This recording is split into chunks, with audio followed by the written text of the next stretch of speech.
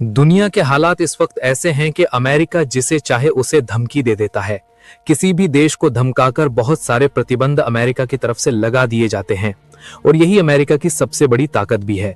Middle east के अंदर America का कुछ भी नहीं है, लेकिन फिर भी मिडल ईस्ट के देश अमेरिका के इशारे पर नाचते हैं।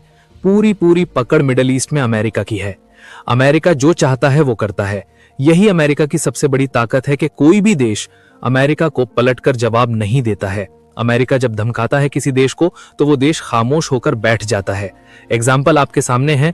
ईरान जैसा देश अमेरिका की धमकियों से डरता नहीं है, तो ईरान में अमेरिका की दाल नहीं गल रही है।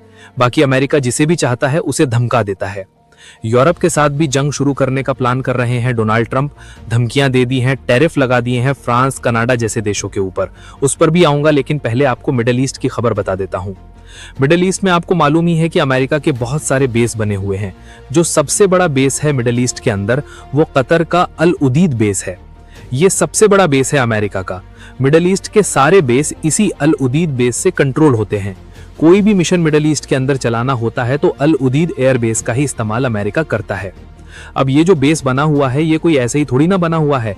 इसके बदले में अमेरिका से कतर बहुत सारा पैसा भी लेता है। अमेरिका कतर को ये भरोसा दिलाता है कि हम यहाँ पर अगर मौजूद रहेंगे तो आपके ऊपर कोई देश हमला नहीं कर पाएगा। बहुत सारे लालच देकर कतर की जमीन का इस्तेमाल अमेरिका कर रहा है, लेकिन अमेरिका कतर की जमीन का इस्तेमाल करने के बावजूद भी चलाता अपनी है। अब ये बात जो शाही परिवार है कतर का, जिसकी इस वक्त हुकूमत है, उसके एक मेंबर को बुरी लग गई कि हमारी ही जमीन इस्तेमाल कर रहे हैं और हमारे ऊपर ही ये रौब दिखाते हैं।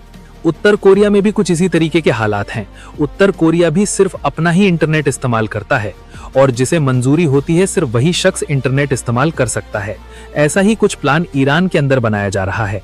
ईरान कोई भी ऐसा इंटरनेट इस्तेमाल नहीं करेगा जिसका ताल्लुक बाहरी दुनिया से हो। ईरान के अंदर ही एक ऐसा इंटरनेट बनाया जाएगा जिस शख्स को ईरानी प्रशासन इंटरनेट चलाने की इजाजत देगा वही शख्स ईरान के अंदर इंटरनेट चला सकेगा।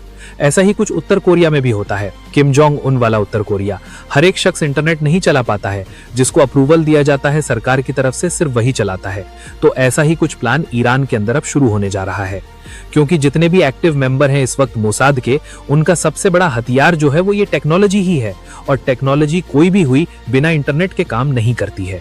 तो जब इंटरनेट ही खत्म हो जाएगा, जैसे स्टारलिंक के नेटवर्क को भी ब्लॉक कर दिया और 2 साल की सजा है स्टारलिंक का इंटरनेट इस्तेमाल करने पर ईरान के अंदर, लेकिन फिर भी कुछ लोग अभी भी कर रहे हैं।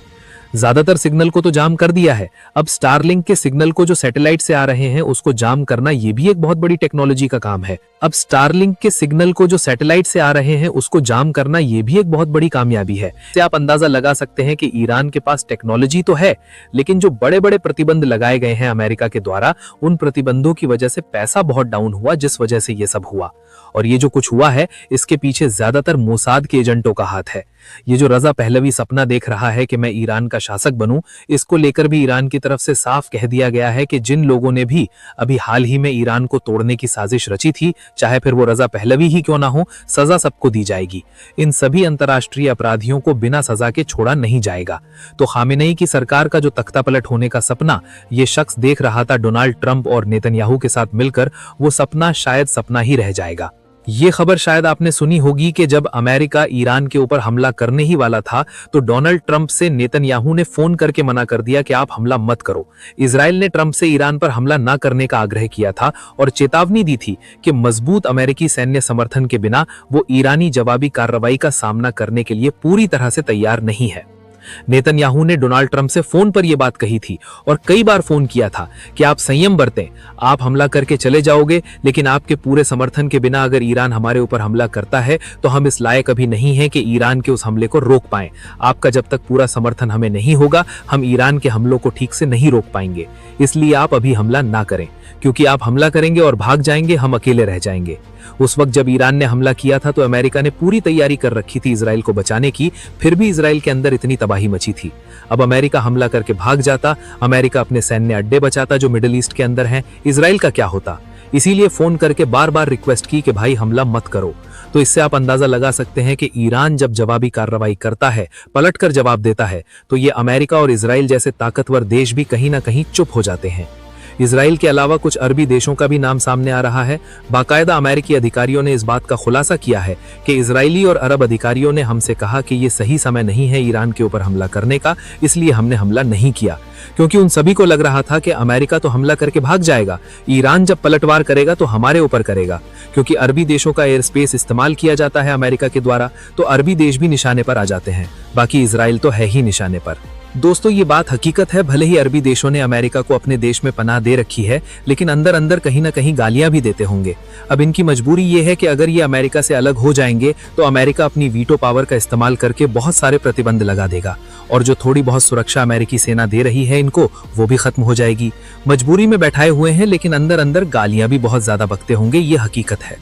दोस्तों डोनाल्ड ट्रंप ने आयतुल्ला खामेनेई को लेकर एक बार फिर से कहा कि ईरान में एक नए लीडर की तलाश का समय आ गया है। आयतुल्ला खामेनेई एक बीमार व्यक्ति है जिसे अपने देश का सही ढंग से संचालन करना चाहिए और लोगों की हत्या करना बंद करना चाहिए। एक देश के नेता के रूप में वह देश के पूर्ण विनाश और अभूतपूर्व स्तर की हिंसा के लिए दोषी है। एक बार फिर से आयतुल्ला खामेनेई को दोषी बताया है डोनाल्ड ट्रंप ने। दोस्तों पिछली रिपोर्ट में ही मैंने आपको बताया था कि गाजा के अंदर जो सीज फायर का दूसरा फेज शुरू हुआ है, इसमें अब डोनाल्ड ट्रंप गाजा का ढांचा तैयार करने में लगे हुए हैं, गाजा को फिर से बसाने में लगे हुए हैं, और एक शांति परिषद का प्रस्ताव भी रखा है, एक कमेटी बनाई है, इसमें कुछ लोगों को शामिल किया गया है। गाजा को कैसे बसाना है, क्या करना है, वो सारी चीजें मैंने आपको लास्ट वीडियो में बताई थी। लेकिन अब बेंजामिन नेतन्याहू ने इस शांति परिषद के प्रस्ताव को खारिज कर दिया है और कहा है कि इसमें बहुत सारी कमियां हैं, हम इसको लागू नहीं होने देंगे। गाजा के अंदर ढांचा बनाया है डोनाल्ड ट्रंप ने, वो सही नहीं है। तो डोनाल्ड ट्रंप और नेतन्याहू आपस में ही एक दूसरे से खिंचे हुए नजर आ रहे हैं। बस सबकी कहीं ना कहीं कुछ ना कुछ मजबूरियां हैं, वरना हर नेता से परेशान है। हर जगह का यही हाल चल रहा है। इस रिपोर्ट में इतना ही, कुछ और खबरों के साथ फिर हाजिर होऊंगा। अपना ख्याल रखिएगा। अल्लाह हाफिज।